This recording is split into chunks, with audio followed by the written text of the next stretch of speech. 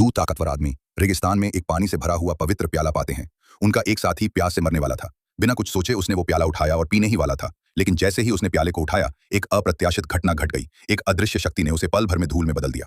ये नजारा देखकर छोटे काले की रूह कांप उठी, लेकिन फिर भी उसने पवित्र प्याले की ओर कदम बढ़ाए, क्योंकि उस सुनसान रेगिस्तान में उसे सिर्फ मौत ही इंतजार करती।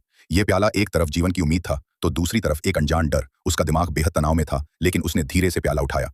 आश्चर्य की बात यह थी कि उसे कुछ भी नहीं हुआ। उसने तुरंत प्याले का सारा पानी पी लिया, लेकिन जैसे ही वो इसका आनंद ले रहा था, जमीन पर हो रही घटना ने उसके दिल की धड़कनें रोक दी। सूखी रेत धीरे धीरे हरे मैदान में बदलने लगी और कुछ ही देर में पूरा रेगिस्तान एक घना हरा भरा जंगल बन गया। इसके बाद छोटा काला जीवन की चोटी पर पहुंच गया। सालों बाद वो पवित्र प्याले की ताकत से गांव वालों की बीमारियां ठीक करने लगा। उसी दौरान उसकी मुलाकात हुई अपनी जिंदगी के प्यार से, बेला। बेला का दिल जीतने के लिए उसने अपनी खास शक्ति दिखाई।